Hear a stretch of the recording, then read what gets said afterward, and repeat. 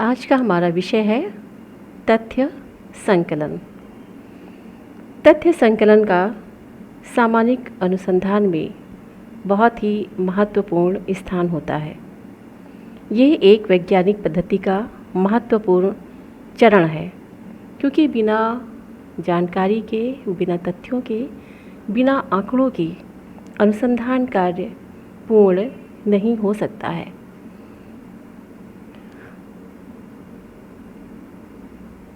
किसी भी अनुसंधान की सफलता वास्तव में इसी बात पर निर्भर करती है कि अनुसंधानकर्ता द्वारा जो सामग्री, तथ्य या जानकारियाँ एकत्र की गई हैं, वास्तव में वे कितनी विश्वसनीय हैं। तथ्यों की विश्वसनीयता तथ्य संकलन के स्रोतों पर निर्भर करती है।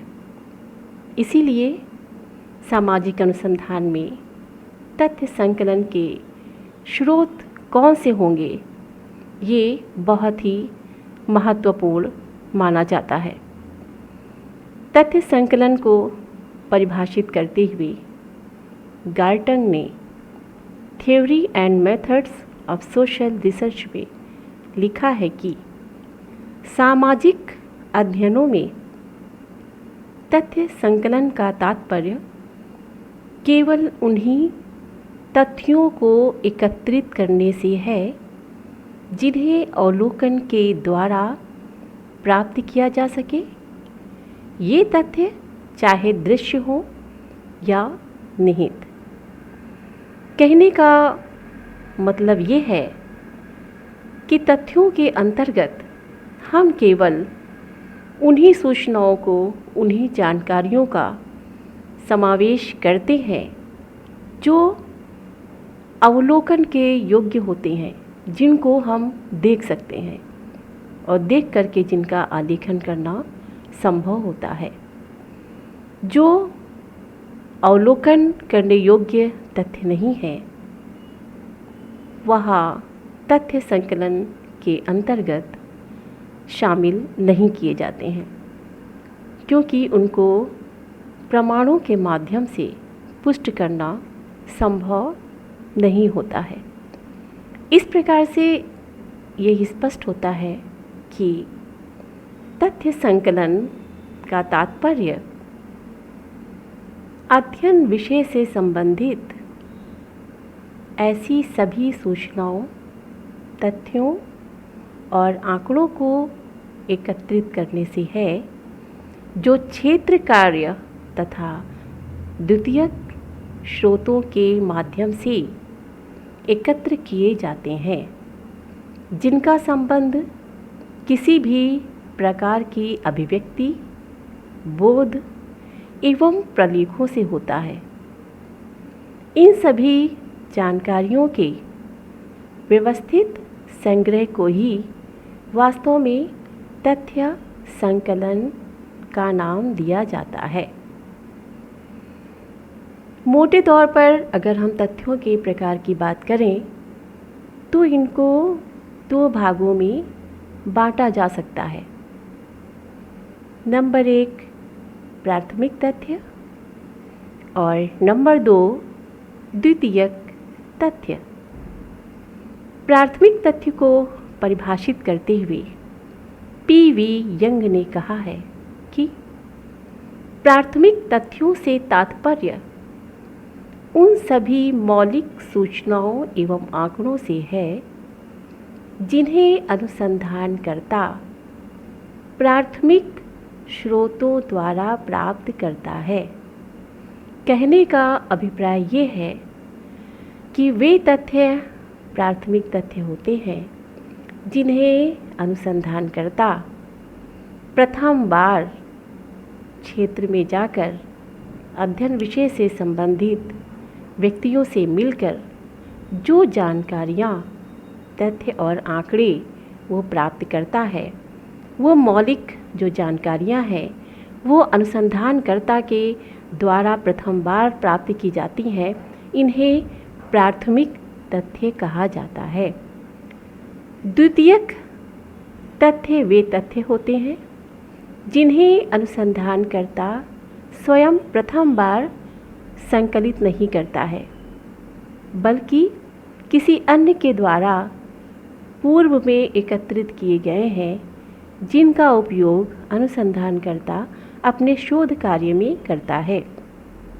कहने का मतलब ये है कि द्वितीयक तथ्य वे तथ्य होते हैं जिन्हें अनुसंधानकर्ता प्रथम बार स्वयं संकलित नहीं करता है, बल्कि अन्य लोगों के द्वारा पहले से वे किसी उद्देश्य से संकलित किए गए होते हैं। और अगर वो जानकारियाँ, वो तथ्य अनुसंधानकर्ता को अपने अनुसंधान विषय के अनुकूल लगते हैं और उनका वह प्रयोग करता है, तो वो तथ्य द्वितीयक तथ्य कहे जाते हैं। द्वितीयक इसीलिए कहे जाते हैं क्योंकि उनका संकलन अनुसंधानकर्ता द्वारा स्वयं ना किया जाता है, बल्कि पहले से अन्य लोगों ने उन तथ्यों का संकलन किया होता है।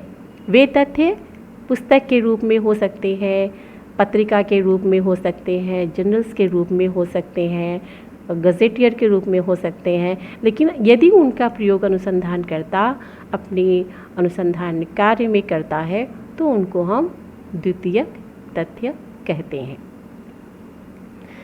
अब हम बात करते हैं तथ्य संकलन के स्रोत की, यानी किन किन स्रोतों से हम तथ्यों को एकत्र कर सकते हैं या एकत्रित करते हैं। पी.वी. यंग ने तथ्य संकलन के 2 प्रमुख स्रोत बताए हैं। पहला है प्राथमिक अथवा क्षेत्रीय स्रोत और दूसरा है द्वितीयक अथवा प्रालेखीय स्रोत। प्राथमिक स्रोत के भी 2 उपभाग हैं। पहला प्रत्यक्ष स्रोत और दूसरा अप्रत्यक्ष स्रोत। अभी आगे की स्लाइड में हम इनके बारे में विस्तार पूर्वक चर्चा करेंगे। द्वितीयक अथवा प्रलेखीय स्रोत को भी 2 भागों में बांटा गया है। पहला है व्यक्तिगत प्रलेख और दूसरा है सार्वजनिक प्रलेख। अब हम सबसे पहले बात करेंगे प्राथमिक तथ्यों के स्रोत की, यानी प्राथमिक तथ्यों को प्राप्त करने के लिए एक अनुसंधानकर्ता किस प्रकार के स्रोतों का उपयोग करता है। पी.वी. यंग के अनुसार प्राथमिक स्रोत वे स्रोत हैं जो प्राथमिक स्तर पर तथ्यों के संकलन में सहायक होते हैं। प्राथमिक तथ्यों के जो 2 स्रोत हैं उनमें पहला है प्रत्यक्ष स्रोत। जब हम प्रत्यक्ष स्रोत की बात करते हैं तो उसमें अवलोकन नंबर 1 प्रथम स्थान पर आता है, दूसरे स्थान पर आता है अनुसूची और तीसरे स्थान पर है साक्षात्कार। अवलोकन, अनुसूची और साक्षात्कार यानी इसमें अनुसंधानकर्ता प्रत्यक्ष रूप से इनके माध्यम से जानकारियाँ हासिल करता है। पहले हम बात करते हैं अवलोकन की। अवलोकन के 3 प्रमुख प्रकार हैं। सहभागी अवलोकन, अर्ध सहभागी अवलोकन एवं असहभागी अवलोकन। सहभागी अवलोकन जैसा कि नाम से ही स्पष्ट हो रहा है कि जब हम इस टेक्निक को तथ्य संकलन के लिए प्रयोग में लाते हैं तो इसमें अनुसंधानकर्ता जिस भी क्षेत्र का, जिस भी समूह का, जिस भी समुदाय का अध्ययन करना चाह रहा है वह उनके साथ जाकर सहभाग करता है, यानी उनके साथ जा कर के रहता है और फिर अपने शोध कार्य को पूर्ण करता है। सहभागी अवलोकन को बहुत सारे समाजशास्त्रियों ने, बहुत सारे विद्वानों ने इस्तेमाल किया है और अधिकतर जब हम सामाजिक मानवशास्त्र की बात करते हैं, सोशल एंथ्रोपोलॉजी की बात करते हैं, एंथ्रोपोलॉजी की बात करते हैं, जनजाति समुदाय के अध्ययन की बात करते हैं, तो सहभागी अवलोकन बहुत ही महत्वपूर्ण होता है। लेकिन इसकी अपनी कुछ सीमाएं हैं और इस अवलोकन की इस प्रविधि को प्रयोग करने से पहले अनुसंधानकर्ता को विशेष प्रशिक्षण प्राप्त करने की आवश्यकता होती है। जैसे कि यदि अनुसंधानकर्ता किसी ऐसे समुदाय का, किसी ऐसे क्षेत्र का अवलोकन करने के लिए, सहभागी अवलोकन करने के लिए जाता है जो उसकी अपनी सांस्कृतिक पृष्ठभूमि से बिल्कुल अलग है, भिन्न है, तो ऐसी स्थिति में ये आवश्यक हो जाता है कि सहभागी होने से पहले अनुसंधानकर्ता उस क्षेत्र, उस जनजाति समूह, उस समुदाय विशेष की जो संस्कृति है, जो भाषा है, जो बोली है, वहाँ का जो सामान्य दिनचर्या है, जो सामान्य जीवन शैली है, उसके बारे में वो अधिक से अधिक जानकारी प्राप्त कर सके। क्योंकि जब तक वह समूह के साथ में जहाँ का वो अध्ययन करने जा रहा है उनके साथ में घुलेगा नहीं, उनसे मिलेगा नहीं, उनके जैसा नहीं बनेगा, तब तक वह सहभागी अवलोकन के माध्यम से जो महत्वपूर्ण आवश्यक आंकड़े हैं, जानकारियां हैं, तथ्य हैं, उनको संकलित नहीं कर पाएगा। अर्ध सहभागी अवलोकन। अर्ध सहभागी अवलोकन, जैसा कि नाम से स्पष्ट है, इसमें अनुसंधानकर्ता पूरी तरह से सहभागी नहीं होता है। जैसे अगर किसी गांव को सहभागी अवलोकन के माध्यम से किसी गांव का अध्ययन करना है अनुसंधानकर्ता को, तो वह उस गांव में जाएगा, लोगों से मिलेगा, परिचय प्राप्त करेगा और उसके पश्चात वह वापस आ जाएगा। कुछ समय के पश्चात वह फिर जाएगा। अलग अलग समय में जिन भी स्थितियों का, जिन दशाओं का उसे अवलोकन करना है, उस समय पर वह जाएगा, अपना कार्य पूर्ण करेगा और वापस चला आएगा। लेकिन इन सब इस प्रविधि को अपनाने से पहले ये आवश्यक हो जाता है अनुसंधानकर्ता के लिए कि वह जिस भी क्षेत्र, समूह या समुदाय का अध्ययन कर रहा है, उस क्षेत्र, समूह या समुदाय के जो प्रतिष्ठित लोग हैं, जो वहाँ के महत्वपूर्ण लोग हैं, उनको पहले वो विश्वास में लेता है और अपने मकसद को, अपने उद्देश्य को, कि वह किस उद्देश्य के लिए यहाँ पर आ रहा है, आएगा, वो उनको स्पष्ट कर देता है ताकि उनके सहयोग से वह अपना अवलोकन कार्य पूर्ण कर सके।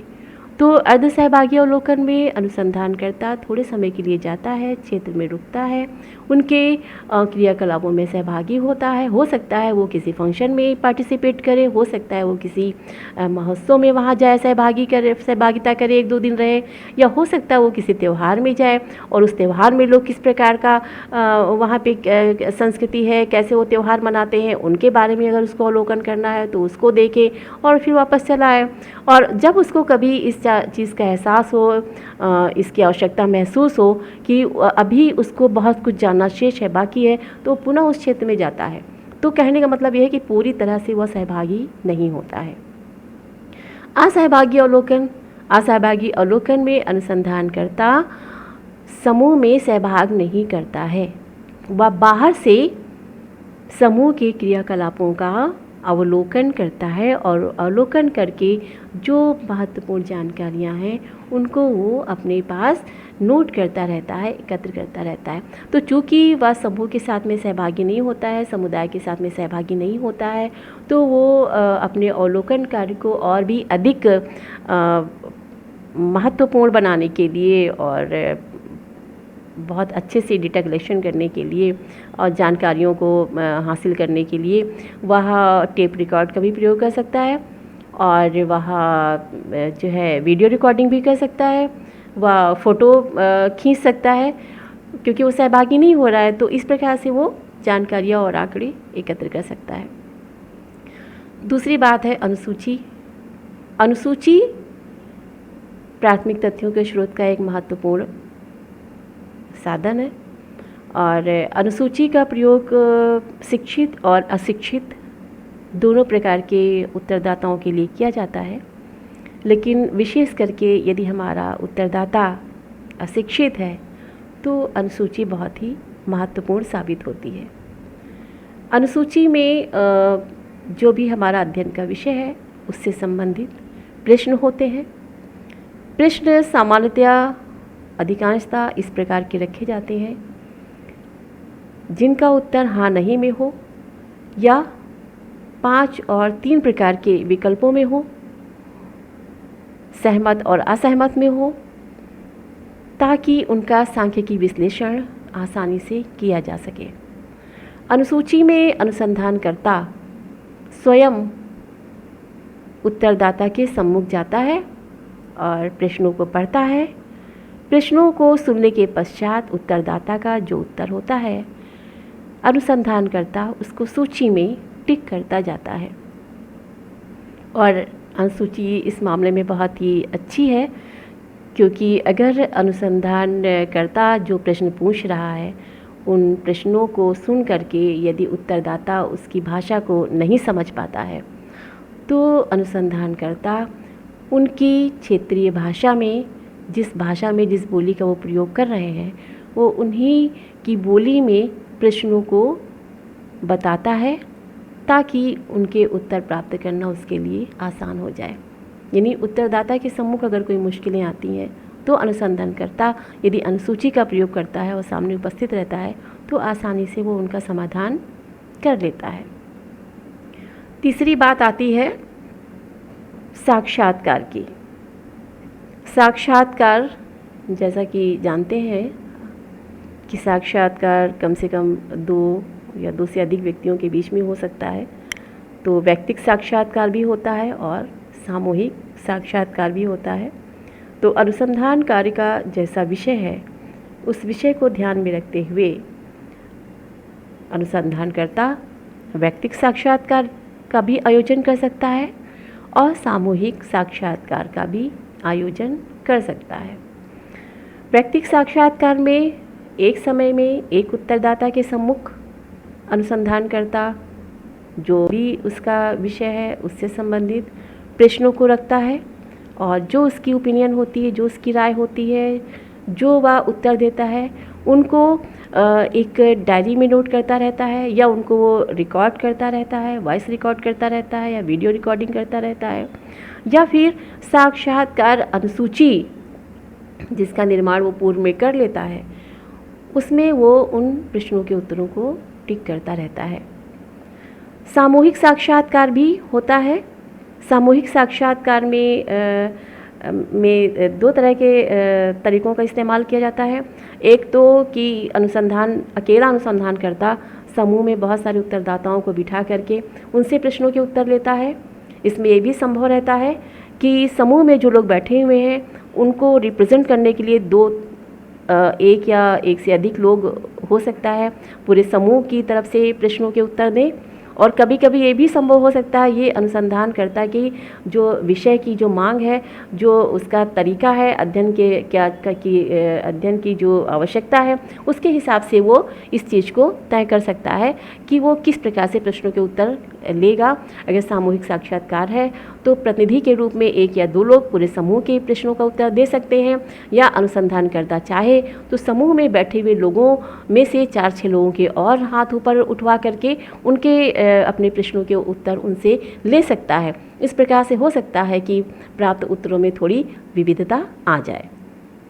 तो इस प्रकार से अवलोकन, अनुसूची और साक्षात्कार जो कि प्रत्यक्ष रूप से सामने हो करके अनुसंधानकर्ता के द्वारा इनके माध्यम से जानकारियाँ या आंकड़े एकत्र किए जाते हैं, इसलिए इनको तथ्य संकलन के प्राथमिक स्रोत के अंतर्गत रखा जाता है। अब दूसरी बात आती है प्राथमिक तथ्यों के अप्रत्यक्ष स्रोत। यानी तथ्य तो हम प्राथमिक एकत्र करेंगे, पहली बार एकत्र करेंगे, लेकिन इसमें जैसा कि नाम से विदित है कि अनुसंधानकर्ता जो है वो प्रत्यक्ष रूप से उत्तरदाता के सम्मुख उपस्थित नहीं हो पाता है। अब इसमें पहला नाम है प्रश्नावली का। प्रश्नावली वास्तव में प्रश्नों की एक सूची है, ठीक वैसे ही जैसे अनुसूची होती है, लेकिन प्रश्नावली अनुसूची से इस मामले में भिन्न है, क्योंकि प्रश्नावली में एक तो अनुसंधानकर्ता उत्तरदाता के सम्मुख नहीं उपस्थित होता है। दूसरी बात, प्रश्नावली का उपयोग अनुसंधानकर्ता केवल पढ़े लिखे उत्तरदाताओं पर ही कर सकता है, क्योंकि अगर उत्तरदाता अशिक्षित है तो प्रश्नावली उसके लिए किसी मतलब की नहीं है। दूसरी बात यह है कि प्रश्नावली को डाक के माध्यम से उत्तरदाताओं तक प्रेषित किया जाता है और प्रेषित करने के समय ये ख्याल रखा जाता है कि लगभग सभी प्रश्नावली एक साथ प्रेषित की जाए। दूसरी बात, प्रश्नावली के लिफाफे में एक डाक टिकट लगा हुआ वापसी का लिफाफा भी रखा जाता है ताकि प्रश्नावली को भरने के पश्चात उत्तरदाता उसी पैकेट में, उसी लिफाफे में प्रश्नावली को भर के और उसको अनुसंधानकर्ता के पास वापस भेज दे। इसलिए अनुसंधानकर्ता का जो पता है, पता लिख करके और टिकट लगा करके वो लिफाफे में रखता है। तीसरी बात जो बहुत ही महत्वपूर्ण है कि इसमें प्रश्नावली में चूँकि अनुसंधानकर्ता सामने उपस्थित नहीं होता है उत्तरदाता के, इसलिए इस बात का विशेष ख्याल रखा जाता है कि उसमें एक पत्र लिखा जाता है। पत्र ऐसा होता है जिससे कि जो उत्तरदाता है उसको प्रेरणा मिले और वो प्रश्नावली को शीघ्र अतिशीघ्र भर के वापस कर दे। इस आशय का पत्र उसमें रखा जाता है। और अगर प्रश्नावली की वापसी में थोड़ा देरी होती है तो अनुगामी पत्र का प्रेषण करके उनसे पुनः इस बात के लिए निवेदन किया जाता है, रिक्वेस्ट की जाती है कि वो प्रश्नावली भर के भेज दें। वो प्रश्नावली अनुसंधानकर्ता के लिए बहुत ही महत्वपूर्ण है और उनको साथ में धन्यवाद भी ज्ञापित करता है। अगली बात है रेडियो एवं टीवी अपील। रेडियो एवं टीवी अपील अक्सर अभी हम लोग देखते हैं कि कई बार तुरंत मतों का संग्रह करना होता है तो टीवी पर फ़ौरन दिखा देते हैं कि कोई भी एक करंट ज्वलंत एक टॉपिक दे दिया और उस पर लोगों की राय मांगते हैं कि आप इसके पक्ष में हैं या विपक्ष में हैं, और फटाफट लोग अपनी राय दे देते हैं और थोड़े समय में बहुत सारी डेटा आ जाते हैं कि इस विषय पर या इस स्थिति पर इतने सारे लोगों की, देश में इतने लोगों की मत ये है, इतने लोगों की मत ये है। इसी प्रकार से रेडियो के माध्यम से भी हम बहुत सारे जो है अप्रत्यक्ष स्रोत, रेडियो के माध्यम से भी हम प्राथमिक तथ्यों को प्राप्त करते हैं, जानकारियाँ हासिल कर लेते हैं। टेलीफ़ोन के द्वारा भी जानकारी हासिल करते हैं, टेलीफ़ोन के द्वारा भी हमें तथ्य प्राप्त हो जाते हैं। टेलीफ़ोन अगर हमारा एरिया बहुत बड़ा होता है, क्षेत्रफल बहुत ही बड़ा होता है और लोगों से संपर्क करना आसान नहीं होता है और क्षेत्र ऐसा होता है जहाँ पर संचार साधन की व्यवस्था होती है, तो टेलीफ़ोन भी एक बहुत ही उपयोगी साधन है तथ्यों के संकलन का। और टेलीफ़ोन के माध्यम से भी हम अपने अनुसंधान विषय के बारे में, जो हमारा उत्तरदाता है जिसका हमने पहले से ही चयन कर लिया होता है, उससे हम काफ़ी जानकारी हासिल कर सकते हैं। टेलीफ़ोन के द्वारा साक्षात्कार भी संभव होता है। आज के समय में विशेषकर अगर हम अभी की बात करें तो ये जो कोविड-19 का दौर चल रहा है और लॉकडाउन से हम लोग गुज़रे हैं बहुत लंबे पीरियड से, तो ऐसी स्थिति में टेलीफ़ोन के द्वारा साक्षात्कार, टेलीफ़ोन के द्वारा लोगों से वार्तालाप, रेडियो और टीवी के द्वारा लोगों से अपील करना, उनको जानकारी देना, उनकी राय लेना, ये बहुत ही आवश्यक हो जाता है। तो अगर दूरी है तो भी टेलीफ़ोन आवश्यक है और साक्षात्कार के माध्यम से भी हम बहुत सारी जानकारियाँ एकत्र कर सकते हैं जो टेलीफ़ोनिक साक्षात्कार होते हैं। अगला है इसी में प्रतिनिधि प्रविधि। प्रतिनिधि प्रविधि का मतलब यहाँ पे ये है कि अगर किन्हीं कारण से जो मुख्य अनुसंधान करता है, अगर वो क्षेत्र में नहीं पहुँच पाता है और तथ्य नहीं एकत्र कर पाता है, तो वो उस क्षेत्र के जो उसके कुछ परिचित लोग होते हैं या उसके ग्रुप के जो अन्य लोग होते हैं, उनको वो अपना प्रतिनिधि बना करके भेजता है और उनके माध्यम से जानकारियाँ एकत्र करवाता है। तो ये भी प्राथमिक स्रोत ही माना जाएगा, जो कि अनुसंधानकर्ता के लिए अगर कोई दूसरा जाता है, काम करके लाता है, तो वो भी प्राथमिक स्रोत में आता है और इसे हम प्रतिनिधि प्रविधि कहते हैं। अब अगर बात करते हैं प्राथमिक तथ्यों के गुण और दोषों की, तो हर प्रविधि के अपने कुछ दोष होते हैं और अपने गुण होते हैं और इसी प्रकार से प्राथमिक तथ्यों के भी अपने कुछ गुण हैं और दोष हैं जिनकी हम चर्चा करते हैं। तो अगर हम प्राथमिक तथ्यों के गुणों की बात करें तो इसका जो पहला गुण है वो है विस्तृत जानकारी। प्राथमिक तथ्यों के माध्यम से हमें बहुत ही विस्तृत और व्यापक जानकारी प्राप्त हो जाती है। अब विस्तृत और व्यापक जानकारी हमें कैसे प्राप्त हो जाती है? क्योंकि प्राथमिक तथ्यों का जब हम संकलन करते हैं, विशेष करके मान लीजिए कि हम अवलोकन का प्रयोग कर रहे हैं, और अवलोकन का प्रयोग करने के लिए जब हम लोगों के सम्मुख जाते हैं, सामने जाते हैं, और सामने जा कर के जब हम डेटा कलेक्शन करते हैं, जानकारी हासिल करते हैं, तो उस समय पर क्या होता है कि बहुत सारी चीज़ें जो सामने से अनुसंधान करता हमें नहीं बता रहा है, उसको हम देख करके अपने अनुभव के आधार पर उनका अवलोकन करके हम जानकारी प्राप्त कर लेते हैं। कई बार ऐसा होता है कि जो उत्तरदाता है उत्तर कुछ दे रहा है, लेकिन उसकी पृष्ठभूमि से उसके उत्तर मेल नहीं खाते हैं, तो हम अवलोकन के माध्यम से उसकी वास्तविक स्थिति का आकलन करने में समर्थ हो जाते हैं। तो इसलिए कहते हैं कि इसके माध्यम से हमें बहुत ही विस्तृत और व्यापक जानकारी प्राप्त हो जाती है।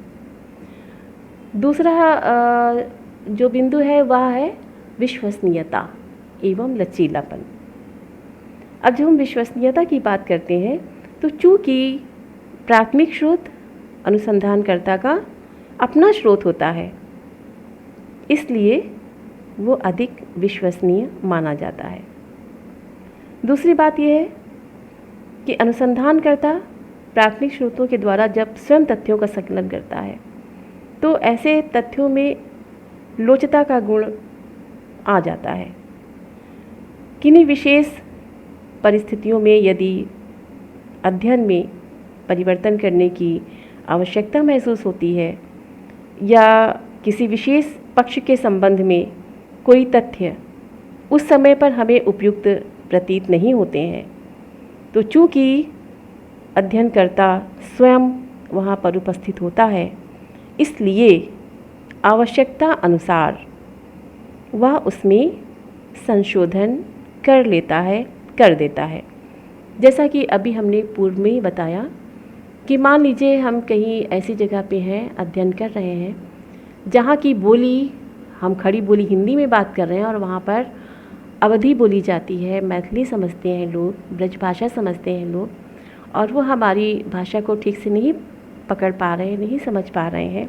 तो ऐसी स्थिति में हम उनको उन्हीं की बोली में प्रश्नों को सुना देते हैं, तो हमें आसानी से उत्तर मिल जाते हैं। ये इसका एक बहुत बड़ा गुण है प्राथमिक तथ्यों का। अगली बात है विस्तृत क्षेत्र के लिए उपयुक्त है। विस्तृत क्षेत्र के लिए कैसे उपयुक्त है? प्राथमिक स्रोत की सहायता से क्षेत्र चाहे कितना भी बड़ा क्यों न हो, बहुत बड़े और व्यापक रूप से फैले हुए क्षेत्र से उत्तरदाताओं के उत्तर को प्राप्त करना संभव होता है। जैसे कि जब हम प्रश्नावली का प्रयोग करते हैं, तो प्रश्नावली इसीलिए बहुत ही उपयोगी और महत्वपूर्ण मानी जाती है कि बहुत बड़े एरिया से, बहुत बड़े क्षेत्र से और कम समय में हमें तथ्य प्राप्त हो जाते हैं, क्योंकि प्रश्नावली को हम डाक के माध्यम से प्रेषित करते हैं, और एक ही दिन अगर हमने पोस्ट कर दी तो 4-6 दिन के अंतर में लगभग सब कहीं प्रश्नावली पहुंच जाती है। और जब एक साथ पहुंच जाती है तो उतनी ही तत्परता से उनके उत्तर भी आने हमें प्रारंभ हो जाते हैं। इसी प्रकार से अगर हम टेलीफोनिक साक्षात्कार के माध्यम से जानकारी एकत्र करना चाहते हैं, तो भी बहुत फैले हुए क्षेत्र से हम डेटा कलेक्ट करने के लिए उपयुक्त हो जाते हैं। ये हमारे लिए उतना ही उपयोगी हो जाती है। और अगर हम रेडियो और टीवी के माध्यम से किसी विषय के बारे में लोगों की राय, लोगों के मत जानना चाहते हैं, तो उसमें भी बहुत ही तीव्रता के साथ में हमें उत्तर, बहुत बड़े व्यापक क्षेत्र से उत्तर प्राप्त हो जाते हैं। तो ये इसका एक बहुत बड़ा गुण है। और अगली बात जो है वो है अमूर्त तथ्यों का अध्ययन। अमूर्त या गुणात्मक तथ्य। अमूर्त तथ्य मतलब ऐसी जानकारियाँ प्राप्त कर लेते हैं हम प्राथमिक तथ्यों के माध्यम से जो हमें उत्तरदाता के माध्यम से प्राप्त नहीं हो पाती हैं, सामान्यतया जिनको अमूर्त कहा जाता है, गुप्त कहा जाता है। और इनकी हम जानकारी कैसे प्राप्त कर लेते हैं? कई बार उत्तरदाता हमें कुछ नहीं बताता है, लेकिन उसका जो नज़रिया है, उसकी जो सोच है और जो उसके परिवार की जो पृष्ठभूमि है, उसके माध्यम से हम छिपे हुए तथ्यों को जान लेते हैं। जैसे कि अवलोकन प्रविधि को ही अगर हम अपनाते हैं या अनुसूची को हम अपनाते हैं और अनुसूची हम अपना रहे हैं और हम बैठे हैं उत्तरदाता के सम्मुख और उससे पूछते हैं कि महिलाओं के बारे में आपकी क्या राय है और महिला शिक्षा को लेकर के आपके क्या विचार हैं। और फिर वो बताता है बहुत ही अच्छी बात है और महिलाओं को पढ़ना चाहिए, महिलाओं को आगे आना चाहिए, महिलाओं को सशक्त होना चाहिए। और फिर हम देखते हैं कि वो आवाज़ लगाता है घर के अंदर कि भाई चाय दे जाओ या पानी ले आओ। तो बहू नहीं आती है, कोई बच्चा आता है या साइड से बहू जाती हुई दिख जाती है, लंबा सा घूंघट निकाली हुई होती है। बात ही बात में इनडायरेक्टली हमें पता चल जाता है कि इन्होंने तो अपनी बेटी की शादी कक्षा 5 भी नहीं पढ़ पाई थी और कर दी थी, जबकि सामने से वो कह रहा नहीं पढ़ना चाहिए लड़कियों को और पढ़ लिख करके कुछ बनना चाहिए। तो सामने से वो इस चीज़ को स्पष्ट नहीं कर रहा, वो उतना ही पर्दा प्रथा का समर्थक है, उतना ही वो। और बाइक खड़ी हुई है घर के सामने और अब पूछा गया भैया क्या है? हाँ, उसके पहले अगर सवाल हम कर चुके हैं दहेज के बारे में उससे और वो कहता नहीं दहेज नहीं मांगना चाहिए। फिर सामने नई बाइक खड़ी है और थोड़े दिन पहले लड़के की शादी हुई थी, अगर उससे पूछा जाए हाँ बाइक तो बहुत अच्छी है, कब ली, कितने में ली? नहीं भैया वो शादी थी लड़के की, उसी में मिली है। तो ये बहुत सी चीज़ें हैं जिनको वो सामने से एक्सेप्ट नहीं करता, नहीं बोलता है अगर उत्तरदाता, तो भी उन तथ्यों को हम अवलोकन के माध्यम से निकाल लेते हैं या अनुसंधानकर्ता कुशलतापूर्वक उनको पकड़ लेता है, जान लेता है, जानकारियाँ हासिल कर लेता है। बहुत सारे गुणों के होते हुए भी इस प्रविधि के कुछ अपने दोष भी हैं। अब हम दोष की बात अगर करते हैं तो इसमें जो पहला दोष है वह है व्यक्तिक पक्षपात की संभावना। इसका कारण ये भी है कि ऐसे स्रोतों के उपयोग से अनुसंधानकर्ता की जो भूमिका है वो बहुत ही महत्वपूर्ण होती है। और यदि अनुसंधानकर्ता अपने निजी विचारों और पूर्वाग्रह है उनको नहीं छोड़ पाता है और उनके साथ में वो तथ्यों को एकत्र करता है, तो जाहिर सी बात है कि उसकी अपने जो पूर्वाग्रह है, जो उसकी अपनी भावनाएं हैं, उनके अनुसार वह कभी कभी तथ्यों को तोड़ मरोड़ कर प्रस्तुत कर सकता है। या फिर ये भी संभव हो सकता है कि अनुसंधानकर्ता जिस क्षेत्र का अध्ययन कर रहा है, जिस वर्ग का अध्ययन कर रहा है, जिस समुदाय का अध्ययन कर रहा है, वह स्वयं भी उसी वर्ग और समुदाय से संबंधित है।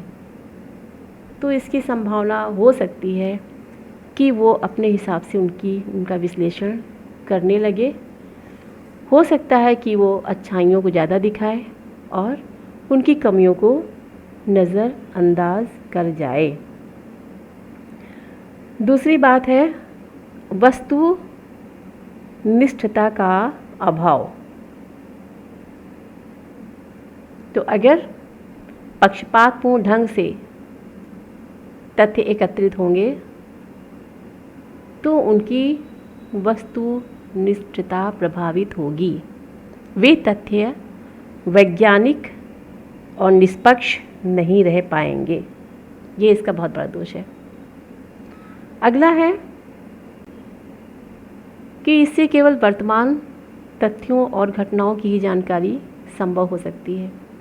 जब हम प्राथमिक तथ्यों के संकलन के लिए जो प्राथमिक स्रोतों को अपनाते हैं तो उसमें वर्तमान समय में जो जानकारियाँ हैं, जो तथ्य हैं, हम केवल उन्हीं का संकलन कर पाते हैं, क्योंकि इसमें अवलोकन का विशेष महत्व है। और फील्ड में जा कर के, क्षेत्र में जा कर के, या अपना हम प्रतिनिधि भेज करके हम अवलोकन प्रतिनिधि भेज करके उसके माध्यम से हम आंकड़े या तथ्य या जानकारियाँ एकत्र करते हैं। तो इसमें हम केवल वर्तमान समय में जो घटनाएं घटी हैं उन्हीं की जानकारी प्राप्त कर पाएंगे। पूर्व में जो घट चुकी हैं उनके बारे में वास्तविक, ठीक और वस्तुनिष्ठ जानकारी प्राप्त करना संभव नहीं हो पाता है।